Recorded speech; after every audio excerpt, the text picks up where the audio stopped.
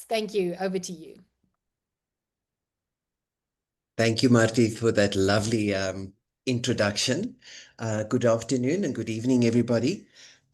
Yes, when you think about bleeding in children, it can manifest in many, many ways, from a simple cut to heavy periods in our adolescent populations. You go from the one spectrum to the other, and surgical complications. So the goal of me and my two lovely colleagues today is to provide a little bit of clarity in how to recognize and understand and manage these diverse situations. So today I'm going to take you through the physiology of clotting, then talk about how you approach such a patient. Obviously start with the history, then the physical examination, what laboratory screening to do.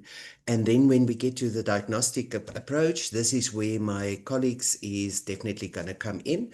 And as some of you might know, I love a good tennis match. So we're going to go to and from a little bit. So we'll see who comes out of top on top, or if somebody kind of end up with 40 love at the end and the whole match in the end. And then I will take us home with the nice summary and recommendations at the end. Okay, so back to the physiology, and it's like we always say, if you understand something and you can explain it simply, then you basically your patients will understand what you do. So there's three events that takes place quite easily. So when you get damage to a blood vessel, it's either then the blood vessel goes into vasoconstriction, then you get the little platelets that forms a plug, and then the fibrin thrombus is basically the glue that keeps everything together. So there is, thank you, next slide, Marty. So this is the primary phase. Like I said, there's a vessel injury, and as you can see, there's the vasoconstriction that happens. Then you get the collagen exposure, and that's where our lovely friend von Willebrand's, and as we all know, that's the most common bleeding disorder, and Dr. Goga is going to take us through that. Then the little platelets is going to then adhere, react, release, and aggregate together and form a lovely little clump. And then you get your, and then we're moving over to the secondary hemostasis, to this lovely busy slide.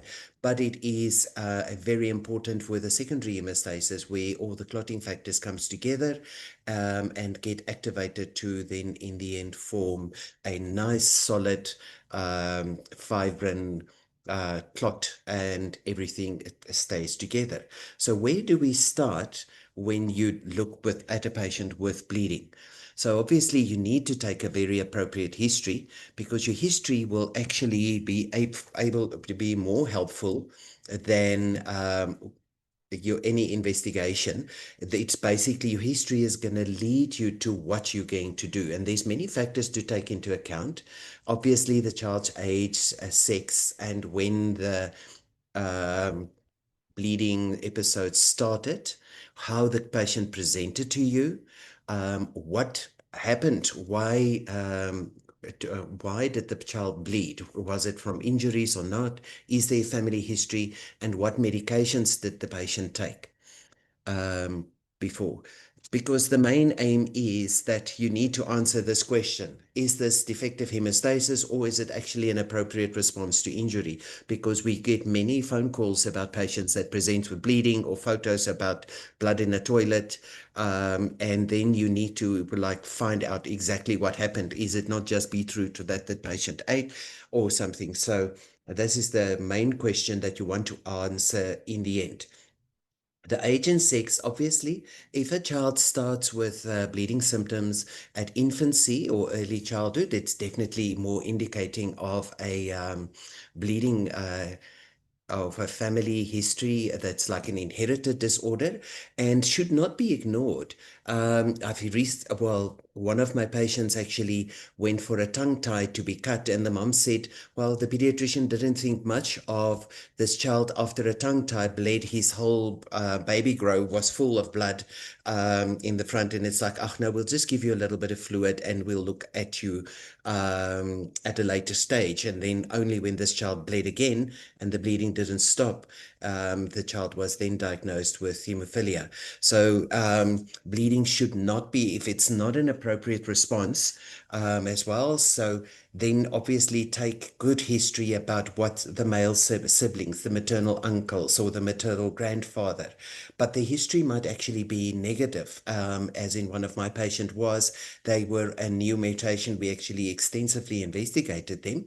And this is actually a cartoon of X-linked recessive inheritance that came up. And move on to the next slide, please, Marty. So again, like I said, appropriate uh, details about the bleeding should be: what was the type of bleeding? Where's the location of the bleeding? What was the degree of the symptoms that happened? So many of my other patients that said they just thought it's a little boy that is just playing around, so he was just full of bruises, and it's only when other people pointed out to them, but your son is full of bruising. What is going on with this child? So is this consistent with this child's development and age at the time? When you think of medications, the parents will always think about the things that was prescribed to them or not. But the most important question you need to ask about all the over-the-counter medication. What did they give for flu? Oma's remedies for the flu, and everything that was attached or given to the child to try and prevent the bleeding, and that could have influenced as well. Surgery and trauma, but it could actually be misleading, because many surgeries don't, and hemophiliacs do not have problems like with circumcisions, sometimes appendicectomy and hernia. Hernia repair is definitely less demanding on hemostasis, but obviously a tonsillectomy, there you need effective hemostasis to prevent the bleeding to carry on. So those are very important things to take into consideration. So these are just examples of typical presentations. So for hemophilia, usually the most common history would be a male infant with recurrent bleeding episodes, or maybe into the joints, and it's causing pain, stiffness, and swelling. Von Willebrand's and other bleeding disorders, usually adolescent girls with heavy or prolonged menstrual periods as well. And ITP, and I believe many of you would have seen many of them, is a sudden appearance of petechiae in an otherwise well child, and often between the ages of 1 and 10. And they usually appear about a week or two after a recent viral illness or vaccination. And the child is definitely typically well, and there's no other abnormalities on physical examination. So they definitely don't have a large spleen or any large generalized lymphadenopathy or things. So definitely need to be really well. And then rarely, factor 13 deficiency. We've diagnosed a little baby with that had intracranial hemorrhage and delayed umbilical stump bleeding, and the child is otherwise well.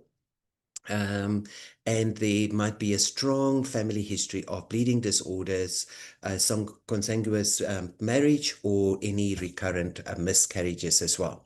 When you examine the patient, it's important to look at, and the skin is the major target, but then typically for a coagulation disorder, one would find deep hematomas without petechiae, and there would be recurrent bleeding around a friable clot, and it will just continue going on.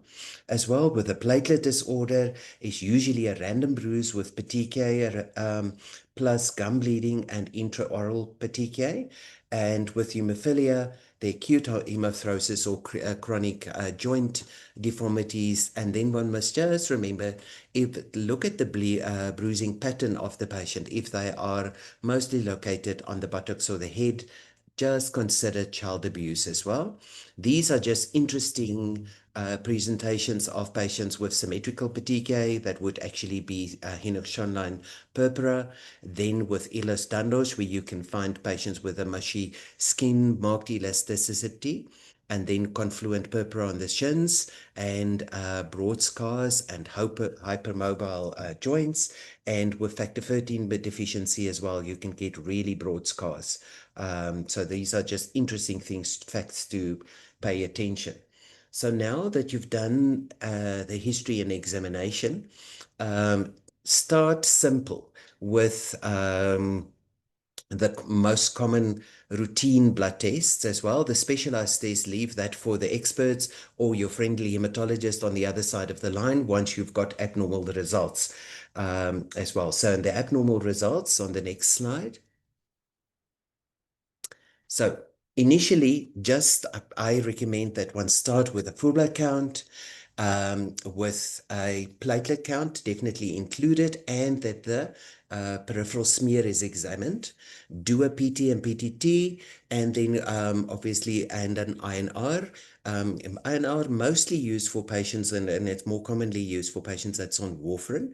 The other optional test is usually when you find abnormalities on these initial blood tests as well. So you're definitely not going to be do a bleeding time, because for a bleeding time, you're going to need to cut the child and actually time how long the bleeding takes. The mixing studies, again, just when you consider if there's other abnormalities, and factor assays, again, when the PTT is abnormal. So those tests is only additionals after you've just done the plain routine, simple a blood test as well. Next slide.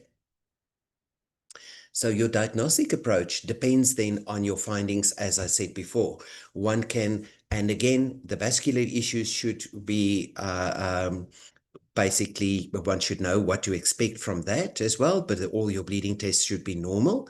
But then if you can find either low platelet count or an abnormal coagulation issue, and then if all of those are still normal, one should consider then the platelet function disorders.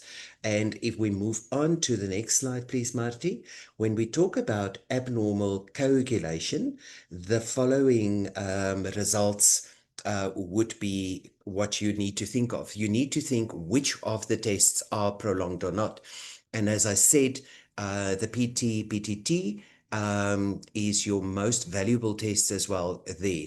So most commonly, if we focus on the middle, we all know about the PTT, which is from the intrinsic pathway, where the hemophilia A and B, which is the most common bleeding disorders that we know of, inherited bleeding disorders. But there's other disorders also, like your heparin contaminant, lupus anticoagulant, that can increase your APTT as well. But that's the one that we would mostly find. Very rarely one would find a prolonged PT. We've had a little girl that presented when she started her menstruations with a menarche that bled herself to an HB of 2, and the only abnormal blood test was a prolonged PT, and she was diagnosed with an inherited factor 7 deficiency. So they are around there and out there. And then one must remember that the anticoagulation, the medications such as warfarin, they can all, and rat poison can definitely affect these blood tests and can prolong that as well. And then when you've got both that is prolonged, usually that would be your very sick patients, like your DRC, sepsis patients, patients with liver disease, because and vitamin K, your fat-soluble vitamins 2, 5, 7, 9, and 10, that is available, and they affect both of the intrinsic and the extrinsic pathways. So they are can be prolonged in those. So this is just a brief summary, but I think I'm going to move over to my colleague to put this all together for us and do a nice summary. So we will ask Dr. Goga to now discuss this a little bit further so that we can see this in a practical way, how to approach these patients. Thank you. Over to you, Dr. Goga. Thank you so much, Jan, and thank you to the audience. So before we go to the next slide, what we have here are platelets, and then they are covered in a mesh. My analogy when I teach undergrads is this is the filling of a South African pothole. So we've got the stones, and then we've got the cement, but hopefully our bodies do a better job than our pothole fillers do. Okay. Going to share with you some of the cases now, but before I move on, I just want to highlight that a lot of the first thoughts that you have when you see a patient is determined by the pattern of bleeding that you can identify. So whilst both platelets and coagulation factor defects share some commonalities in terms of the symptoms like epistaxis, mucosal bleeding, purpura, petechiae in particular, usually when you see petechiae alone, that tells you there's a problem with platelets. Likewise, if you see deep muscle bleeds or if you see joint bleeds, this is more likely to be a factor 8 or a factor 9 and sometimes a von Willebrand's deficiency. So just when you see a patient, try and identify, do you think it's more likely to be platelets? Is it a factor deficiency or is it a combination?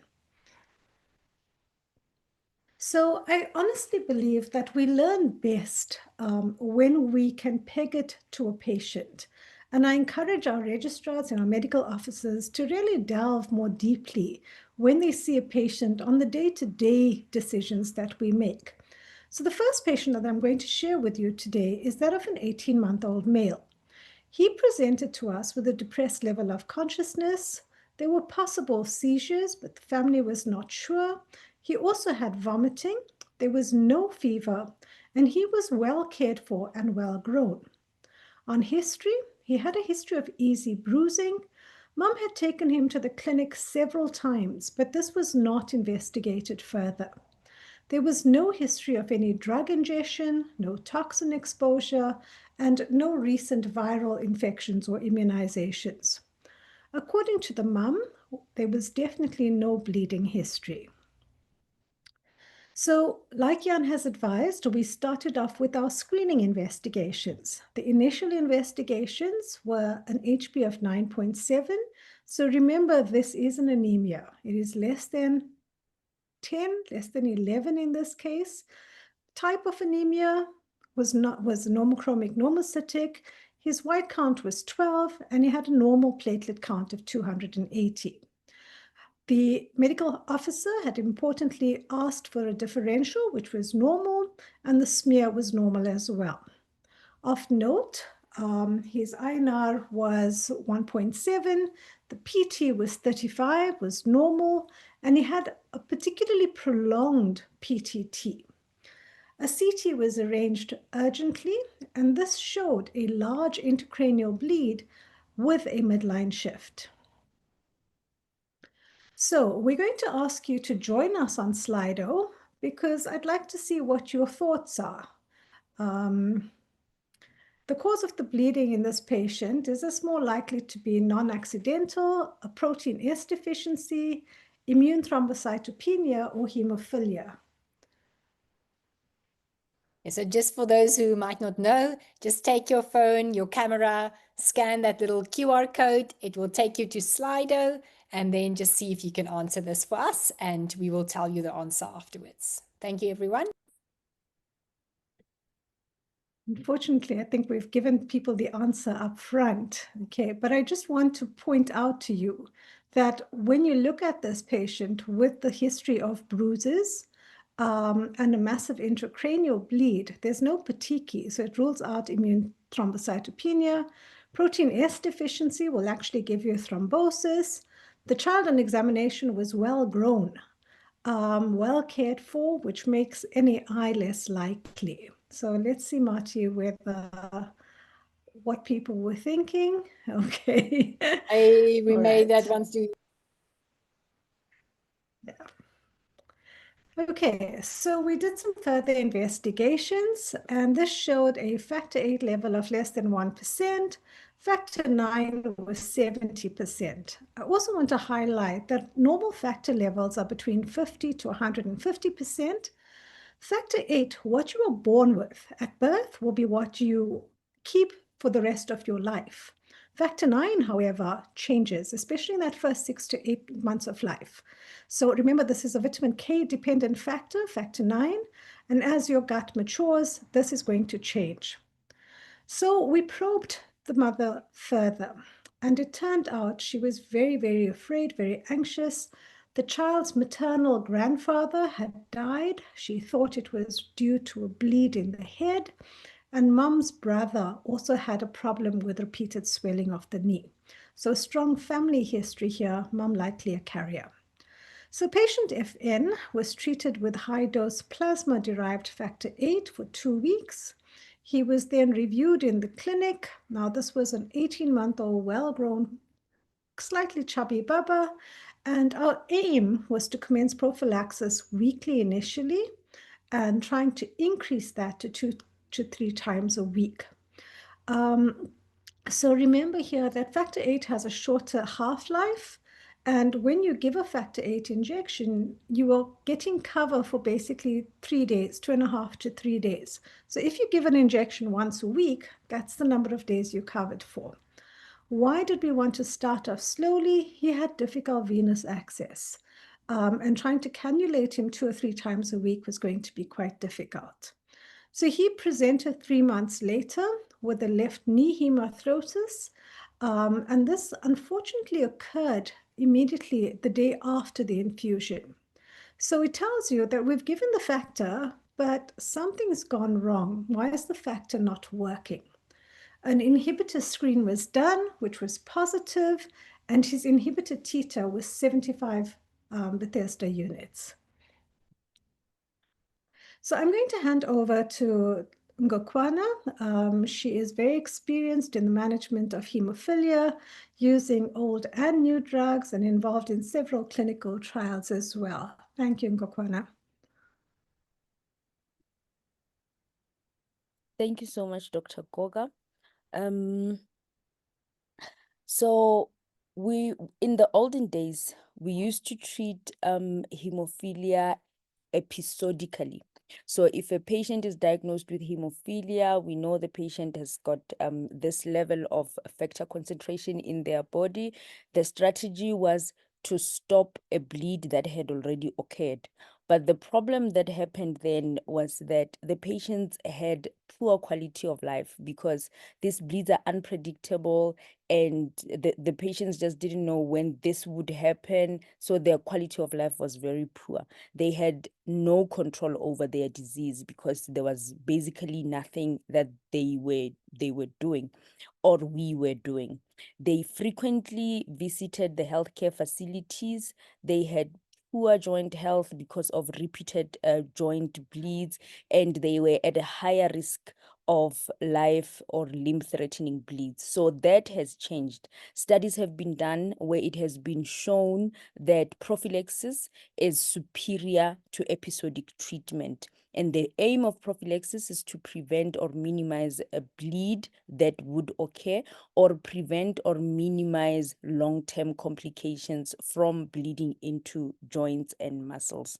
As a result of this, patients have improved quality of life, they have some control over their disease, and their visits to the healthcare facilities are less.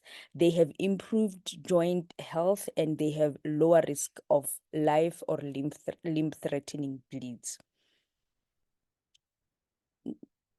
So this is just a guide of how you would want to start a patient on prophylaxis.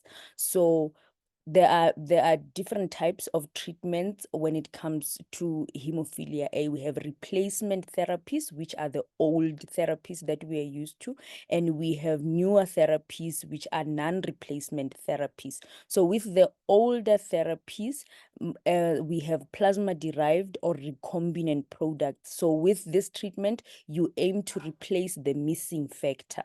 So if you give a patient 25 to 40 IUs per kg 2 to 3 times a week, it is usually sufficient. You can start by giving it once a week and see how the patient's phenotype is and adjust it accordingly.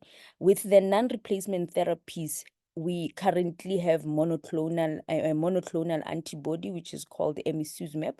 This can be given once a week, or once in 2 weeks, or once in 4 weeks. It is given subcutaneously. It is easy to give. It is convenient for many patients, and it has been proven to work superiorly when it is compared to replacement therapies. In hemophilia B, we only have replacement therapies at the moment. You can give the patient 25 to 40 IUs per kg twice a week. You can start once a week and see the bleeding phenotype of the patient and increase accordingly. what is more important with the management of hemophilia is home therapy. When patients have got control over their treatment, they tend to be more more compliant to treatment. This reduces the economic impact on the healthcare system. For example, the hospital visits, clinic or casualty visits. It improves the quality of life for both the person with hemophilia and their family members, because a trip to the hospital for an acute bleed, it will be unpleasant for everybody involved. There is immediate availability of products when a patient has been treated to treat themselves at home. We usually give them the products to take home, so they have this available to them immediately. They can administer the product as soon as the bleeding starts. This minimizes the amount of product needed to treat a particular bleed, because the sooner that a bleed is treated, the less treatment will be needed to resolve that bleed. And this helps in avoiding long-term joint damage as well. The patients and their family health care workers lose less time at school and at work. Can we go back a little bit? Lose less time at school and at work. They are able to participate in sport safely. They have greater employment or schooling ability, freedom to travel as well. Patient and families are empowered because of this, and it increases adherence. So if a patient, we can move, if a patient is trained on home therapy, should they have a bleed, this is what they should do. They rest the affected limb, they immobilize it, they can use a cold pack. This is controversial, but it is still being used. Elevate the affected limb and replace the missing factor if they are on factor replacement. We can move again. And this is just a guideline of how one would treat a bleeding episode. It is dose dependent on the severity of the bleed. And most importantly, when you have a patient with hemophilia in front of you and you have a guideline that says it's a major bleed, you need to give 40 to 50 IUs per kg, and you calculate this, you always round it off to the nearest vial. So if a vial that you have is 500 IUs and you calculate 420 IUs, you are not going to discard that the rest of the treatment, mainly because there is a wide therapeutic range and the treatment is quite expensive as well. So you are going to round it off to the next vial, which is 500, and then you are going to give the patient the rest, the whole vial. Repeat doses may be required, and these are the doses that are in the guidelines that you can use to calculate for treating a bleed. With hemophilia A, you are expecting that 1 IUs per kg will raise the factor concentration by 2%, and the half-life of this, as Dr. Goga has said, is 8 to 12 hours. With hemophilia B, these are the doses that you can use. You're expected to raise the factor concentration by 1% if you give 1 IUs per kg. The half-life of factor replacement in hemophilia B is usually longer. So usually we replace the factor once a day in hemophilia B. And so with Dr. Goga's patient, he developed inhibitors. So a patient with hemophilia A who develops inhibitors, if they have access to emicizumab will be first prize, no brainer. Patient needs to be on emicizumab. What is emicizumab? It is a bispecific monoclonal antibody. It mimics the function of the missing factor 8, restoring the coagulation cascade.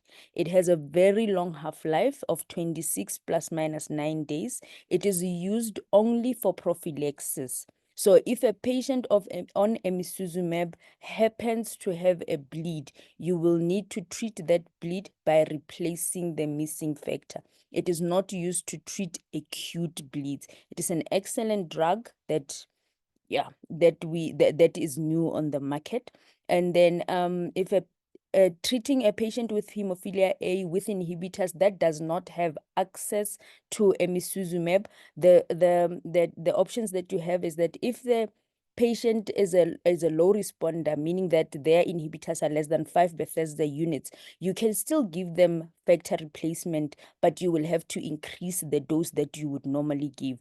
This will still work. But if a patient's inhibitor level is more than 5 Bethesda unit, you will have to use alternatives. You will have to use activated prothrombin complex at these doses, or a recombinant factor 7A.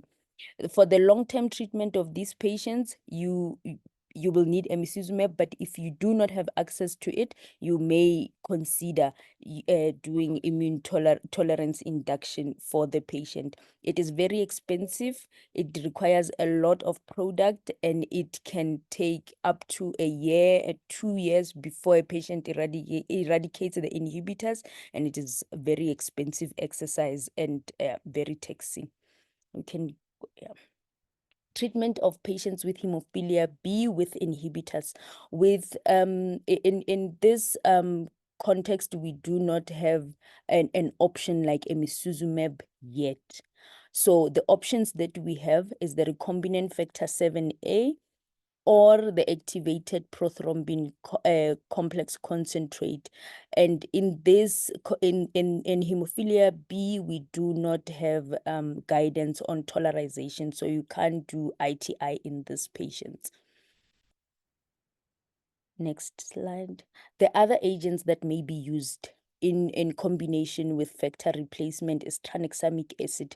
This is tranexamic acid and DDAVP. So tranexamic acid will be used if a patient has got mucocutaneous bleeds.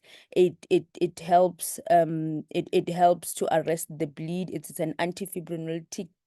It prevents the clot from breaking down. So it is contraindicated if a patient has got hematuria, or if with the concurrent use of APCCs and factor 9. DDAVP, it can be used in patients with mild to moderate hemophilia, not really indicated in patients with severe hemophilia. It releases the stored factor 8 and von Willebrand into the circulation, and this is the dose that you would have to use it at. But you should be you should be aware of the side effects that can happen. So usually it's not the first drug that we would want to use, but tranexamic acid is safe to use. So if a patient with hemophilia needs to go for surgery, you will need, the surgery needs to be planned. If the surgery is elective and the patient doesn't really need that surgery, it is best to avoid it. But if it is not avoidable, it is better if the surgery is planned. You need to consult your hematologist for a treatment plan. This treatment plan must be communicated with the various stakeholders well in advance, and it must be distributed to everybody who's going to be involved in treating the patient, so that everybody knows what to do. Before the patient goes for the procedure, if a patient is not known to have inhibitors, a patient will have to be tested to make sure that they still do not have inhibitors. Ideally, the surgery should be done at a hospital where there's a hemophilia treatment center. Ensure product availability before the patient goes for surgery, and consider the discharge environment. For example, if a patient cannot do home therapy, you cannot discharge them to go and complete the treatment at home. So you need to consider that as well. One of the pressing problems in treating patients with hemophilia is management of pain. Pain occurs with acute bleeds and with chronic bleeds. So with acute bleeds, when a patient has got a bleed into a joint, the stretching of the capsule of that joint is what will cause the pain when a patient has got an acute bleed. So if this repeats over and over time, the patient will develop arthropathy. The cartilage will be eroded, and the bone will rub onto the other bone, and that is what causes the pain. Intramuscular hematoma is also painful as well, and compartment syndrome is painful as well, and very serious complication. So these are the options that are available to treat pain in patients with hemophilia. You most importantly, avoid giving pain medication with every bleed, because as you are treating the bleed with factor replacement, the pain will subside. But if you have to treat the pain with something else, these are the options that we have. You will have to avoid aspirin and other antiplatelet agents, and avoid analgesia that needs to be given intramuscularly. This is just a picture to give you an idea of the products that are available in treating patients with hemophilia A. Patients without inhibitors, we have plasma-derived products. What is commonly available or available in the public sector and the private sector as well: hemosolvate factor 8 and octanate. And then recombinant, we have Covaltry that is available. In patients with inhibitors, we have a plasma-derived APCC and a recombinant factor 7A. The bispecific monoclonal antibody is available to treat both. So patients with inhibitors, we will want to treat them with emicizumab, and for patients without inhibitors, it is an option that we want it to be available for everybody, but at the moment it is not. So the indications for emicizumab in a patient with hemophilia A without inhibitors, you will realize that there will be some patients where, despite adequate or even more than adequate prophylaxis, a patient will still have a high bleeding rate, or a patient will have a history of life or organ-threatening bleed, or a patient cannot have prophylaxis because they have poor venous access, especially in young children, or a patient has got target joints, whether they are on prophylaxis or they have not been on prophylaxis. So in these patients, it will be more beneficial to put the patient on emicizumab than to continue giving them prophylaxis or starting to give them prophylaxis at that time. If you have access to it, so you should give emicizumab. Available products to treat patients with hemophilia B, those without inhibitors, we have plasma-derived products, hemosolvex factor 9 and octa9. Those with inhibitors, we have plasma-derived products, the APCC. You see that I put a line through it because if you have access to recombinant factor 7, please give that first in a patient with hemophilia B with inhibitors, and avoid giving APCC because APCC is not pure. It contains other factor concentrates as well, including factor 9, which the patient has got antibodies to. So if you administer APCC, you need to be extremely careful because the patient can have an anaphylactic reaction. So if you have access to alternatives, please use that as well. With that being said, implementation of prophylaxis and management of hemophilia is still very challenging. The cost is a barrier to treating these patients in a way that they should be treated. And the other limiting factor is access in rural provinces. This is a real problem because hemophilia treatment centers are usually in the big cities, in the big metros. You don't have these typically in the rural area. So if you have a patient who stays in the rural area, this can be a huge challenge. For the patient to be able to do home therapy, they need to be trained by a healthcare professional, meaning they need to have access to the treatment center so often that they can be trained and for them to be confident in doing home therapy. IV access, especially in small children, is still a challenge.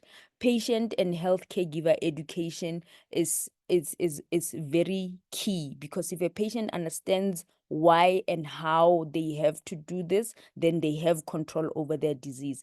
And if you find a healthcare professional who knows nothing or little or wants nothing to do with hemophilia, it is usually a barrier to accessing healthcare to the patient. Low dose regimens are used to balance efficacy and affordability when it comes to treatment of hemophilia patients, especially with implementation of prophylaxis. So with that, please remember that you may have a patient who is bleeding like this who does not have hemophilia. So with that, I will hand over to Dr. Goga. She will tell us what to do next. Thank you. Thanks, Ngoakoana. So I'm going to go a little bit faster. We still have quite a lot to get through. So I want to share with you a patient who, Marty, can we go to the next slide? Thanks.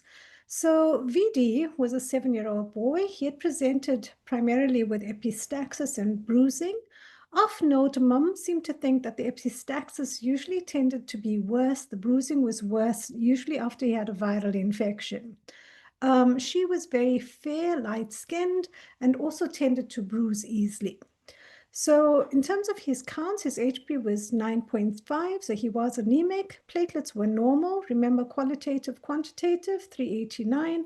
His white count was normal, 5.8. His INR was 1.1, and in terms of his PTT, he initially had a slightly prolonged PTT, and then the repeat was normal. So people are often perplexed, like what is going on? It could be a tube problem, but we'll come to this in a bit. His factor VIII levels were normal. Remember, we said normal could be as low as 50, and his factor IX was 80% as well. So it was not a factor VIII or IX deficiency. So we moved on because we had the family history, and then we got more history of menorrhagia and the mum's mum, her aunts, her sister. We did his von Willebrand's factor, antigen, and activity level. And both of these were a little bit low. Again, here, it depended on timing. So when we repeated it, it was normal. So the important thing about von Willebrand's disease is you need to repeat the test twice. But if you have even one low result and you have a clinical picture, that confirms your diagnosis. So the history and clinical picture are important. The von Willebrand's levels can fluctuate with infection, and they also change with age, but that's moving more towards the elderly. Management in this case for a type 1 von Willebrand's is usually with desmopressin, so you'd need to do a challenge first. And tranexamic acid is an important mainstay of treatment. When you have a more significant bleed, unfortunately in South Africa, our options are limited, and we have to use factor VIII replacement because the current plasma-derived product has got von Willebrand's factor in it. So when you don't have when you don't have factor VIII and you're sitting in a peripheral hospital needing to stabilize patients with coagulopathies, you may sometimes need to give plasma transfusions. What we do find is often these transfusions are inappropriately used. So we want to share and bring your attention to some guidelines, which are called the taxi cab guidelines. So think about black and yellow in terms of New York, and the bulk of these authors were actually from the US, but it was a considerably well-researched and evidence-based guidelines. It looks specifically at the use of platelets and plasma, and this is in critically ill children. So here, I'm not going to go through all of it because we are mindful of time, but whatever you do, you don't respond primarily to a number. So you don't respond only to a platelet count or to an INR. You need to understand that plasma as a volume expander may not be good. There are several adverse effects that can occur with the transfusion of platelets, like Charlie. It modulates your immune system. You can have circulatory overload. So when you're looking at platelets and plasma, you take into account the lab, the clinical picture, the expected trajectory. You look at all of that together. So I highly advise you to look at the taxicab clinical decision tree for both plasma transfusions. On my right, you've got massive hemorrhage. That's a no-brainer. You know you're going to need to replace clotting factors. But the question is really, is streaks in an NG tube or in an ET tube significant enough? What level of bleeding do we actually need to respond to when we make that decision to give plasma? So here, if you look at non-cardiac surgery, if you've got moderate bleeding, understand what moderate bleeding is. And if your INR is more than 2 times normal, then you should actually consider plasma replacement. Marty, I'm going to leave it for them to work through. Right. We're going to switch gears and we're going to discuss some platelet abnormalities. Thank you, Dr. Goga. After that 2 mouthfuls, you can definitely. Okay, I'm going to catch my breath. Please Thanks, take your breath, catch your breath as well. So I will take over the advantage at this stage. So back to platelets. Now, what if you've got a low platelet count? What to do next? So the possibilities include that you've got just an isolated thrombocytopenia. So nice and easy should it be, where ITP is the most likely disorder, especially if the child is otherwise well. But there is other things that can cause it, like primary immune deficiencies or inherited platelet disorders. And as Dr. Goga has mentioned about the type 2B von Willebrand's or platelet type or sero von Willebrand's disease. But what if now there is an associated anemia? Well, that could still be just a patient with ITP who has just bled quite a lot and now has also got an anemia. But then we've got conditions such as Evans syndrome. And you would ask, what is that? We've got a patient like that is where your immune system, these poor patients' immune system is now attacking their red blood cells and their platelets. So both of the cell lines get affected, and eventually you might get a neutropenia as well. So this is an autoimmune disease.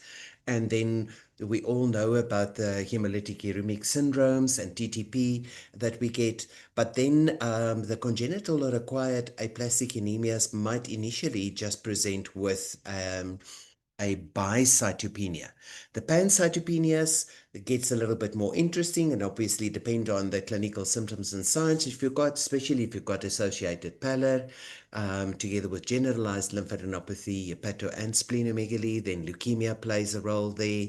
You can have the acquired aplastic anemias. So as Dr. Goga has mentioned, the history is very important. And then the clinical examination, because we frequently get these calls from either our general colleagues or from peripherally, where we ask, does these patients do not have any dysmorphic features? And as soon as the patient walk into the ward or we walk into the ward, their ward, and look at the patient, and I'm like, which patient did you want us to look at? Is that the patient with the Fanconi's anemia? So one must remember that these patients are also running around, especially if they're a little bit short and a little bit funny looking, or like the cute little dwarfs. But when you look at platelet abnormalities, there's a general approach that you need to look at. Is this a qualitative problem or is it a quantitative problem? Think about immune-mediated versus non-immune mediated. And then when you need to look at, is this a production or is this more of a sequestration problem or a destruction problem in these patients?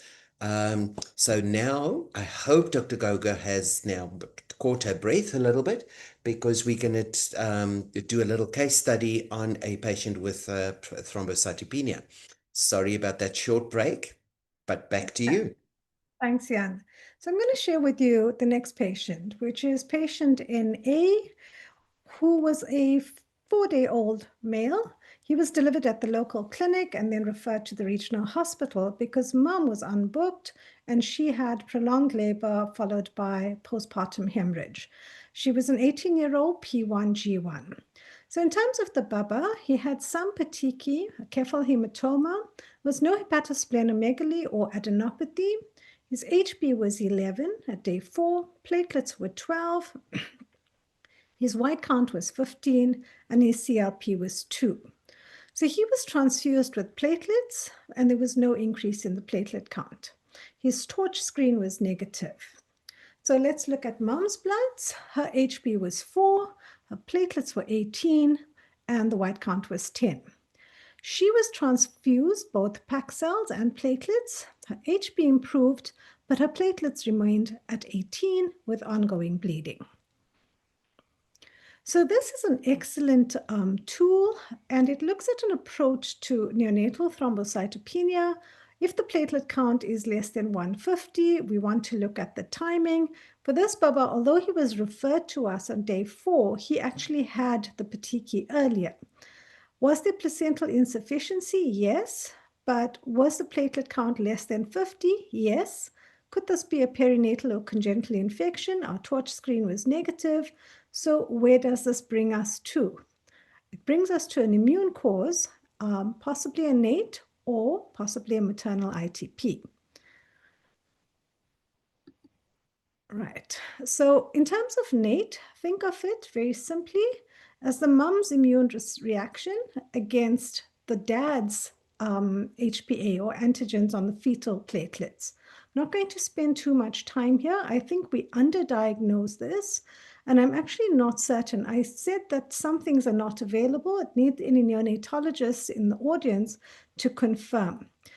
In terms of management of NATE, that would require platelet transfusion, essentially, and then possibly IVIG. So let's think back about this mom, okay? She then had the physicians review her. She had a malar rash, changes in terms of her neuropsychiatric behavior prior to the pregnancy, further investigations for an autoimmune disease, were recommended, and their provisional diagnosis was that she was most likely an SLE with ITP. And what happens is these immunoglobulins in the mum have gone across the placenta and have actually resulted in ITP in the baba. So management for this neonate needed IVIG replacement. Sometimes you would need to use neonatal steroids. Platelets are reserved for life-threatening bleeds, and often it's essential in moms who have SLE for their babies to have a cardiac assessment. So that was on the basis of decreased quantity and an immune-mediated. Remember those questions we had at the beginning. So our next patient was an 18-month-old male again. It's always the males that get into trouble. Hey, he was born via NVD, and what the family noted was easy bruising at 4 months. This was mom being very gentle with him, but he had extensive purpura and ecchymosis. He was their first child and the only child, and there was no family history of bleeding. He had no fever, rashes, adenopathy, or hepatosplenomegaly. His HB was 11. His platelet count was 8. White count was 6. Normal diff. In terms of the smear, always important to make sure that there's no platelet clumping. So this was a true thrombocytopenia.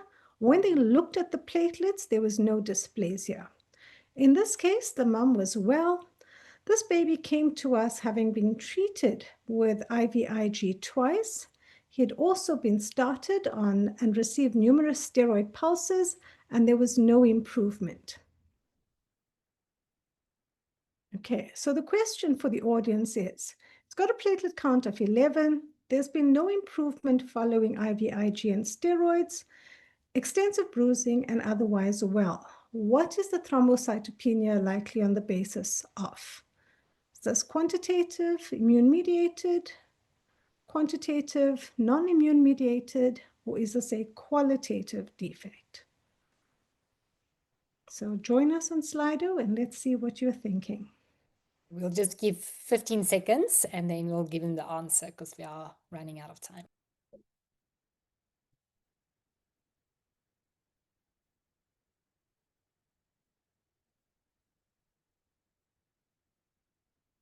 Okay.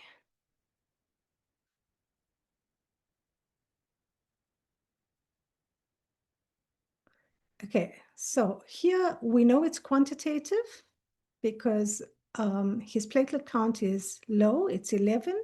The fact is that he hasn't had an increase in the platelet count following both the IVIG and the steroids.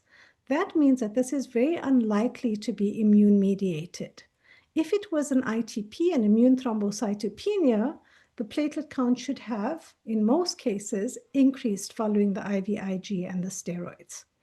All right, so he was transfused with platelets.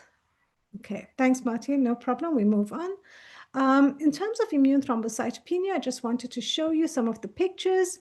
On my right, you see the big guys are the megakaryocytes, and this is a bone marrow with ITP because there's no problem in the marrow. We can make platelets. However, in a patient who's got congenital amegakaryocytic thrombocytopenia, you can see there's no big guys. There's no megakaryocytes. They cannot make platelets. Okay.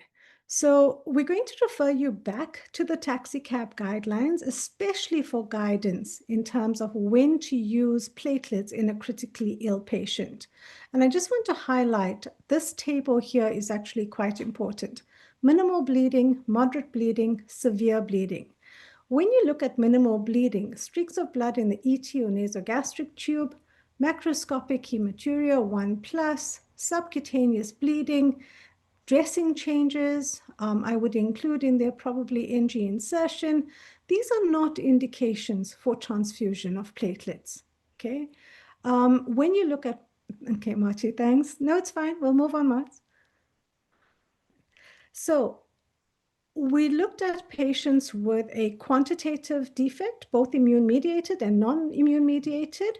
Just want to touch on one very quick case in terms of what happens when these platelets don't function.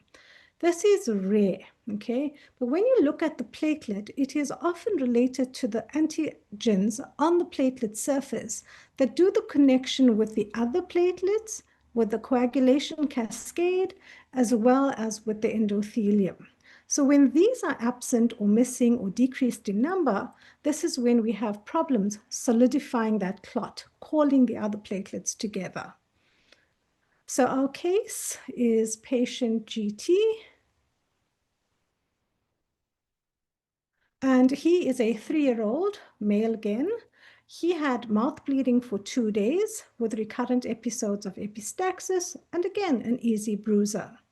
Like our previous patient, mum had menorrhagia and easy bruising, and the paternal grandfather also had frequent nosebleeds and easy bruising.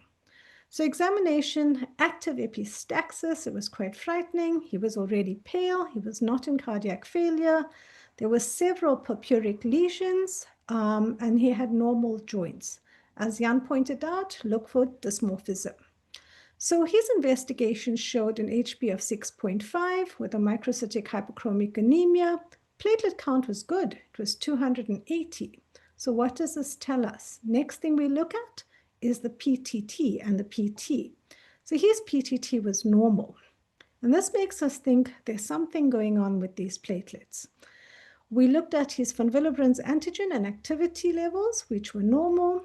We also did something called a platelet function analysis, and this was prolonged.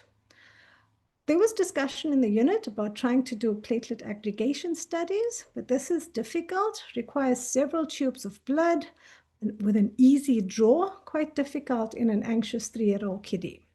So our next best test to do was, because we were thinking along the lines of a platelet defect, was to actually look at the flow cytometry testing, which is simple to do, a mil in an EDTA tube for Glanzmann's and Bernard-Sallier disease.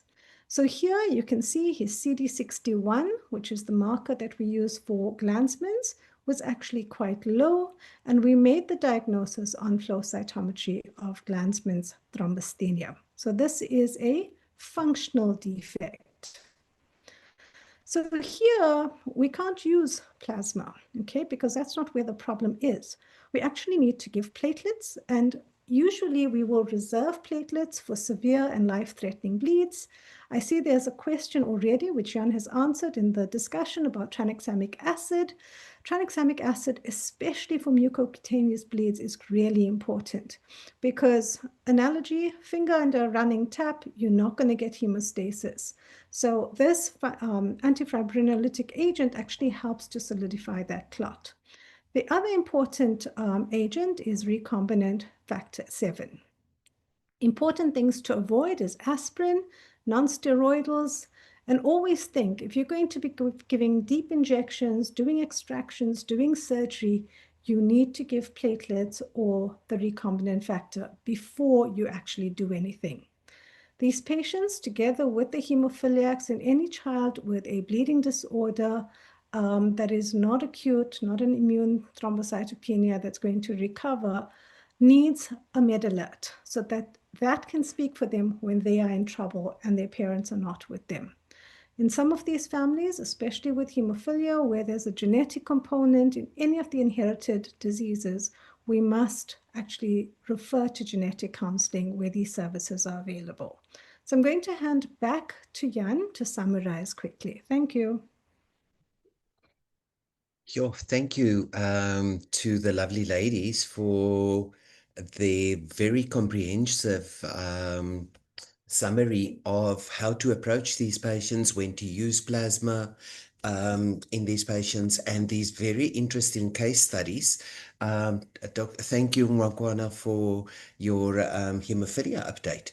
But like in tennis, my coach always said, if you do the basics well, then you will get a good end result. So in summary, start with the basics, do a proper evaluation, and that starts with doing a careful history that should indicate what the problem is. Your initial screening tests, do the basics, and that will guide you to what you could do further. Then further testing for the specific coagulation factors will depend on what we found initially, as I said, and if everything else is normal, then we consider all the rarer bleeding disorders, such as your von Willebrand's, your platelet function disorders, fibrinolytic or disorders, and then vascular disorders as well. So, and that one should then discuss. And then the next slide is actually a summary that was used by my predecessor, Professor Stones. Marty, the next slide, please. And I think this is still a very nice and simple approach to, as we can said initially, where if we think back to the histology, there is a vascular phase. So there's vascular disorders such as our Schönlein-Purpura and Ehlers-Danlos syndromes, where everything will be normal. There's the platelet phase, as Dr. Goga said, the little stones that fills the potholes. And this is where the ITP problems is. But what if they are not functional, or the patient has now taken aspirin or thrown the wrong stuff in there, and it's going to prolong the bleeding time? And then we lastly get to the clotting factor, the coagulation disorders, where you've got the classical hemophilias, Christmas disease, who was actually the first patient described to have hemophilia B. We've got the von Willebrand's patients, factor 7, as I've explained, and then the vitamin K deficiencies as well. And as you can see, lastly, the DIC patients where everything is just prolonged. So I think this is a very nice summary. But I would like to thank everybody for attending and for all the questions in the question and answer section. And thank you to Marty and the team for organizing, and a special thank you to Yasmin and Ngoakoana for your very thoughtful and thorough presentations. So thank you.